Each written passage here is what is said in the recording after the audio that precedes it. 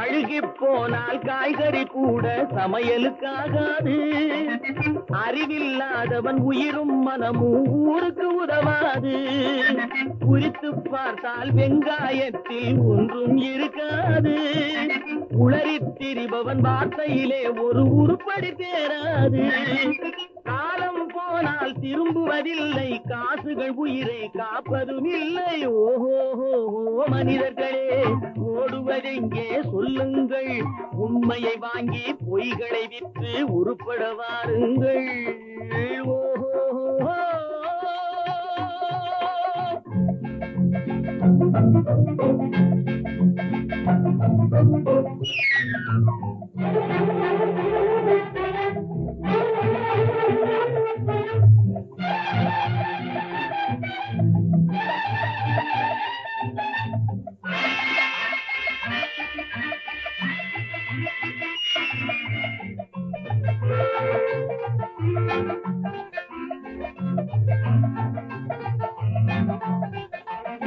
அடிப்படையின்றி கட்டிய மாளிகை காத்துக்கு நிற்காது. அழகாயிருக்கும் காஞ்சிரை பழங்கள் சந்தையில் விற்காது. விளம்பரத்தாலே உயர்ந்தவன் வாழ்க்கை நிரந்தரமாகாது. விளக்கிருந்தாலும் எண்ணெய் இல்லாமல் வெளிச்சம் கிடைக்காது. கண்ணை மூடும் பெருமைகளாலே தம்மை மறந்து வீரர்கள் போலே ஓஹோ மனிதர்களே, ஓடுவதெங்கே சொல்லுங்கள். உண்மையை வாங்கி பொய்களை விற்று உருப்பட வாருங்கள். ஓஹோ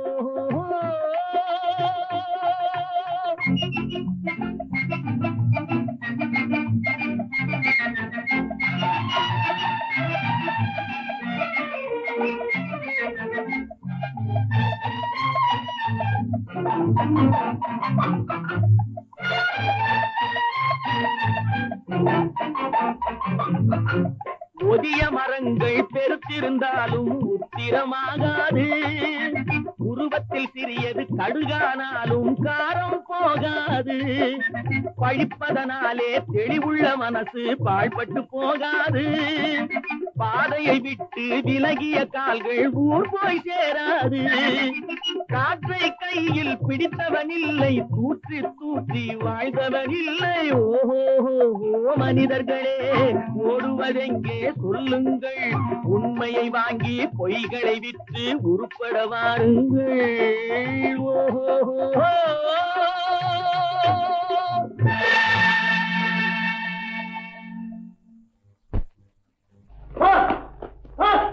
அண்ணே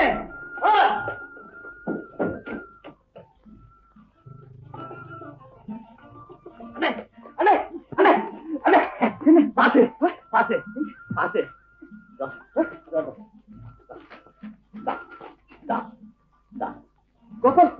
நம்பரே காணுமே. நீ 3ஆம் கிளாஸ்ல பாக்காத 1ஆம் கிளாஸ்ல பாரு. 1ஆம் கிளாஸ் பாத்துல பாரு.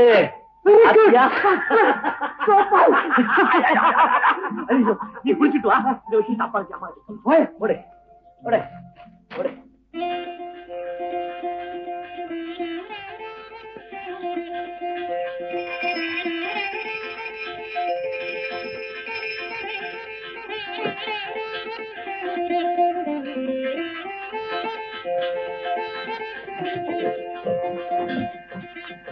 அப்பா அப்பா என்ன ஆசீர்வாதிக்கப்பா. சிரஞ்சீவியா இருக்கும். அம்மா மகராஜனா, இது ராஜு. பரீட்சையில நீ பாஸ் ஆகணும்னு நான் வேண்டிக்காத நாளே கிடையாது. சாதாரண பாஸ் இல்லம்மா, முதல் கிளாஸ் பாஸ். 1ஆம் கிளாஸ். என்னடா நீ பாஸ் பண்ணிட்டு வந்த மாதிரி ஒரேடியா குதிக்கிறீங்க? என்னப்பா இது, நான் பாஸ் பண்ணா என்ன, அண்ணன் பாஸ் பண்ணா என்ன, ரெண்டு ஒண்ணுதான். மூடுறா வாய. 5ஆவது கிளாஸோட படிப்புக்கு முழுக்கு போட்டுட்டு காக்கா குருவி சுட ஆரம்பிச்சு இப்ப புலியில வந்து நிக்கிறேன். உனக்கு படிப்புக்கு என்னடா சம்பந்தம்?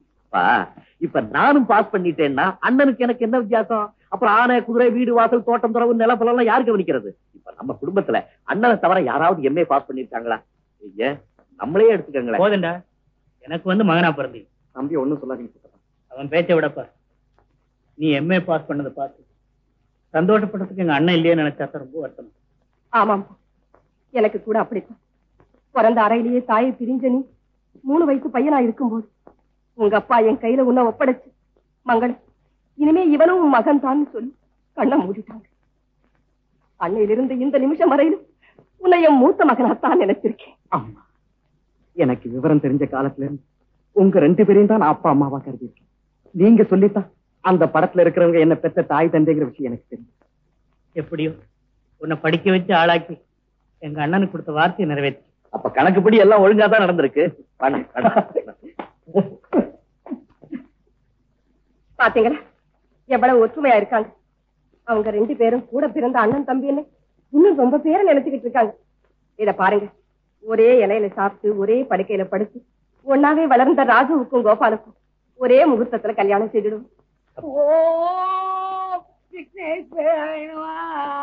என்னப்பா கணேசா, நீதான் நாட்டுல கல்யாணமாவாத பொண்ணுங்களையும் கல்யாணமாவாத ஆம்பளைங்களையும் அதிகமா இம்ப்ரூவ் பண்ணணும். அப்பதான் உன் பக்தன் தரக என் பிசினஸ் ஒழுங்கா நடக்கும். நீ வரத்துல காமிடா காமி. என்னப்பா என்ன தேஜஸ் ஒத்த கையில காமிக்கிறேடா. இந்த கையில விரல் சுத்தி பிள்ளையார் சுத்தி வர்றன்னைக்கு உனக்கு விரல் சுத்தி வருண்டா. ஆமாங்க, ஒவ்வொரு விசேஷத்துக்கு எனக்கு ஒவ்வொரு வியாதி வந்துருது. அப்படி பஞ்சாங்க எழுதும். கேமராவுக்கு தண்ணி தெளிச்சு பூவை வச்சு பட்டைய போடு. கேமராக்கு எதுக்கு தண்ணியை தொளிக்க பூவை வைக்க பட்டைய போடு? அது கேமரான்னு என்னமோ சொல்லுவ சொல்றியடா. அதுதான்டா இன்கம் பாக்ஸ். விநாயகர் எனக்கு கொடுத்த சொத்து அது ஒண்ணு தாண்டா.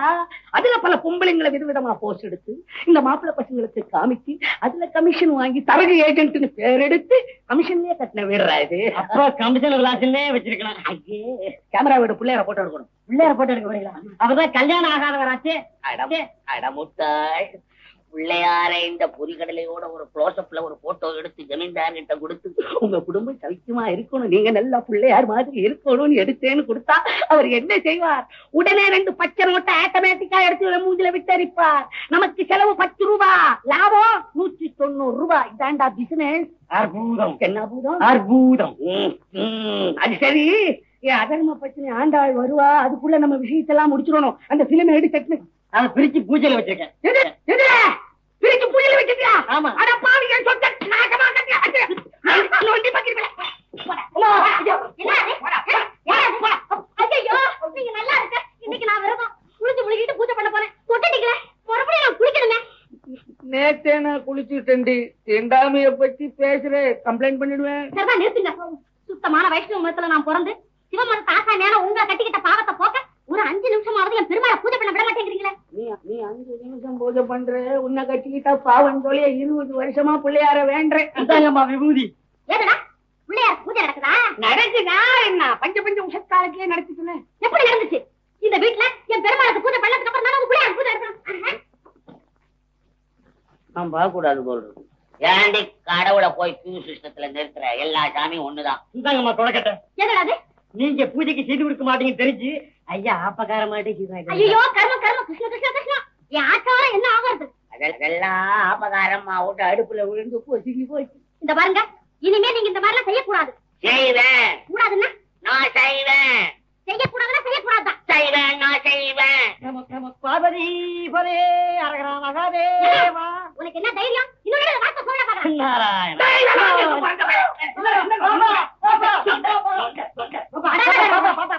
கொஞ்ச நேரம் நிம்மதியா ஒரு புத்தகத்தை படிக்க விடுறீங்களா? என்னடா இங்க கலாட்டா? நான் ஒண்ணும் கலாட்டா பண்ணல பாப்பா. அப்பாவும் அம்மாவும் தான் ஜாலியா சண்டை போட்டுட்டாங்க. அம்மா, உங்க மத சண்டைக்கு ஒரு முடிவே கிடையாதா? கோர்ட்டுக்கு போனாதான் முடியும், நடுவுல முடியாது. ஏம்மா, அப்பா சிவமதம்னு தெரிஞ்சிருந்தோம் எதுக்காக அவரை கல்யாணம் பண்ணிக்கிட்டீங்க? அந்த கேள்வி திருப்பி உங்க அப்பாவே கேளு. ஏன்பா அம்மாவை கல்யாணம் பண்ணிக்கிட்டீங்க? அதே இவளை இன்னொருத்தருக்கு கட்டலான்னு புரோக்கர் வேலைக்கு வீட்டுக்கு நான் போனேன். கடைசியில இந்த சாணியா என் தலையில உட்காந்துக்கிட்டு இறங்க மாட்டேன்னு. ஏன் போய் சொல்றீங்க? அதுதானே ஐயாவுக்கு பொழப்பு. போய் வேலை பார்க்க. குடும்ப விஷயத்துல பேசாத, ஓடு. ஞாபகம் இருக்கா? அப்போ என்ன பொண்ணு பார்க்க ஒரு பெரிய இடத்து பையனை கூட்டிக்கிட்டு வந்து நீங்க என்ன பார்த்ததுக்கு அப்புறம் அவங்கிட்ட என்ன பத்தி இல்லாததும் பொல்லாததுன்னு சொல்லி அவனை விரட்டிட்டு நானும் வைஷ்ணவன் தான், என் பேரு வைகுண்டோன்னு போய் சொல்லி மயக்கி கல்யாணம் பண்ணிட்டு வந்தது யாரு? ஐயா, எங்க ஜமீன்தார உங்களை கையோடு கூட்டி இருந்தாங்க. ஆமாங்க. நீ போன வர்றேன் பிள்ளையார் அடிக்கிற வீட்டுல பாரு, அங்க பார். இங்க கார் பச்சை நோட்டை போட்டா உங்ககிட்ட கொடுக்குற பார். வர்றேன். 1000 பொய் சொல்லி கல்யாணம் பண்ணணும், 1000 பொய் சொல்லி கல்யாணம் வாங்க வாங்க. வாங்கம்மா. வணக்கம் வருது. உங்க குடும்பம் சேமமா இருக்கணும்னு நினைச்சு, உங்க பெரிய பையன் எம்ஏல பாஸ் பண்ணணும்னு நினைச்சு, என் அப்ப விநாயகனுக்கு துணிஞ்சு என் சொந்த பணத்துல 200 ரூபாய் எடுத்து சூடத்துல இருந்து சுண்டல் வரைக்கும் உலகத்தையில இருந்து பொறிகடலை வரைக்கும் பூஜை பண்ணு. அதனுடைய பலன் தான் உங்க பையன் பாஸ் பண்ணது. ரொம்ப சந்தோஷம். உட்காருங்க. அவங்களையும் கூட்டிட்டு வரேன். கரெக்டா 200 ரூபாய் ஆச்சுமா. சாவி எடுத்துட்டு போங்க. மறந்துட்டீங்களா? 200 ரூபாய் ஆச்சு.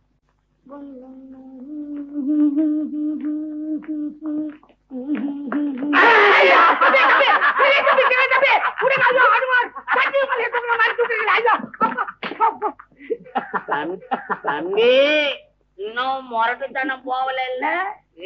உன் ஜாதகம் என் கையில தான் இருக்கு. என்ன பண்ற?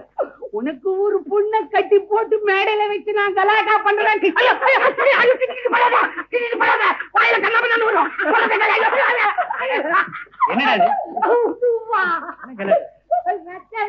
என்கிட்ட விளையாடுங்க. எங்களுக்குள்ள பரஸ்பரம். காப்பி சாப்பிடுங்க. காப்பி சாப்பிடுறது இல்ல. ஏய்யா காப்பி போட்டில என்னென்னமோ கலக்குறாங்க. இது ஒண்ணு காப்பி சாப்பிடலாம்.